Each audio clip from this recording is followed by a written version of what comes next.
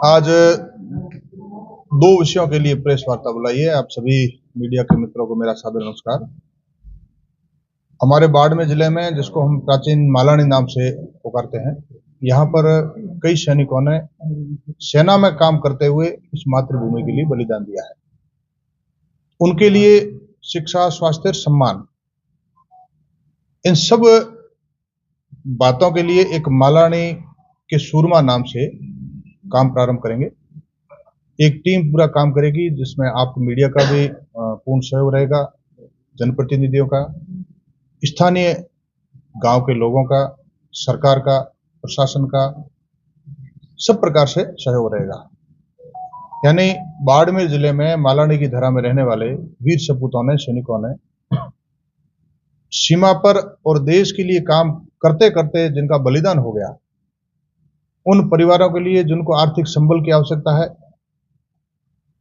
उनको आर्थिक संबल देना, यानी उनके बच्चों को फ्री में पढ़ाई कराना, स्वास्थ्य की जहां आवश्यकता हो वो जानकारी मिलते ही टीम तुरंत पहुंच जाएगी, ऑनलाइन अथवा फिजिकली उनको चिकित्सा की सुविधा उपलब्ध कराना। और जहां तक सैनिक के सम्मान की बात है, गांव में जहां जहां सार्वजनिक स्थान, चाहे मार्ग अथवा स्कूल, जहां सैनिक के नाम है वहां ठीक, जहां नहीं है वहां उस सैनिक का नामकरण करवाना, चाहे स्कूल अथवा सड़क का। सरकार के माध्यम से जितनी योजनाएं चल रही है सैनिकों के लिए और सैनिकों के परिवार के लिए, उन सारी योजनाओं के बहुत सारे परिवार लाभ नहीं उठा पा रहे हैं, जानकारी के अभाव में या सक्रियता के अभाव में। उस सारी योजनाओं का लाभ उन शहीद परिवारों को दिलाना। और नीट है, IIT है, अन्य जो उच्च शिक्षा है, वहां तक जो विद्यार्थी इच्छुक है, पढ़ना चाहते हैं, उनकी निःशुल्क शिक्षा उपलब्ध करवाना। बड़े संस्थानों में अथवा कोचिंग क्लासों में, चाहे वो RAS है, IAS है, IPS है, समस्त प्रकार की उच्च शिक्षा और कोचिंग ये सब उपलब्ध करवाना। ऐसे एक मालानी के सूरमा नाम से काम प्रारंभ करेंगे। इसी निमित्त आज प्रेस कॉन्फ्रेंस का आयोजन किया है। दूसरा, केराडू, जो हमारा राजस्थान का खजुराहो जिस नाम से हम वर्षों से जानते हैं, 12वीं शताब्दी में बसा हुआ केराडू, जो पर्यटन के मानचित्र पर तो अंकित है, परंतु आज दिन तक वो राजस्व रिकॉर्ड में दर्ज नहीं था।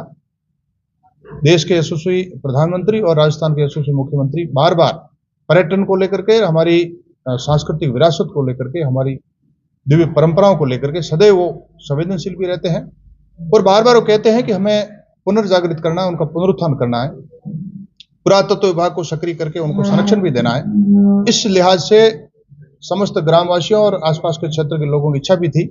चूंकि राम मंदिर की प्राण प्रतिष्ठा के समय आप सभी के सहयोग से एक बड़े सांस्कृतिक कार्यक्रम का भी वहां केराडू में मैंने आयोजन किया था और सैकड़ों की संख्या में आसपास के ग्रामीण लोग आए भी थे।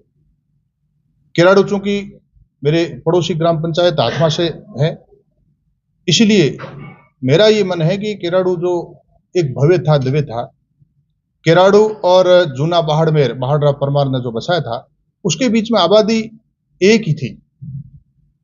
किसी कारण बाहरी आक्रांत भी आए, चाहे अलाउद्दीन खिलजी आए, अन्य आए, उन्होंने आक्रमण बार बार किए, इसलिए आज केराडू भग्नावशेष स्थिति में है। वो जो सघन आबादी थी वो आज वीरानता में रूपांतरित हो गई। इसके लिए कहते थे कि जूना सब सूना, केराडू कटकों का डेरा।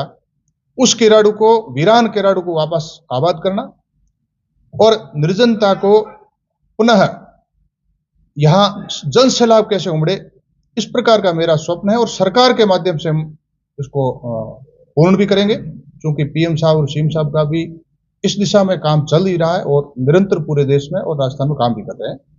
इसलिए पूरे केराडू के आसपास रामसर पंचायत समिति अथवा बाड़मेर जिले में पूरा लोगों में उत्साह का वातावरण है। मैं परसों उधर गया था, केराडू और सियानी में लोगों ने, सैकड़ों लोगों ने भव्य स्वागत भी किया।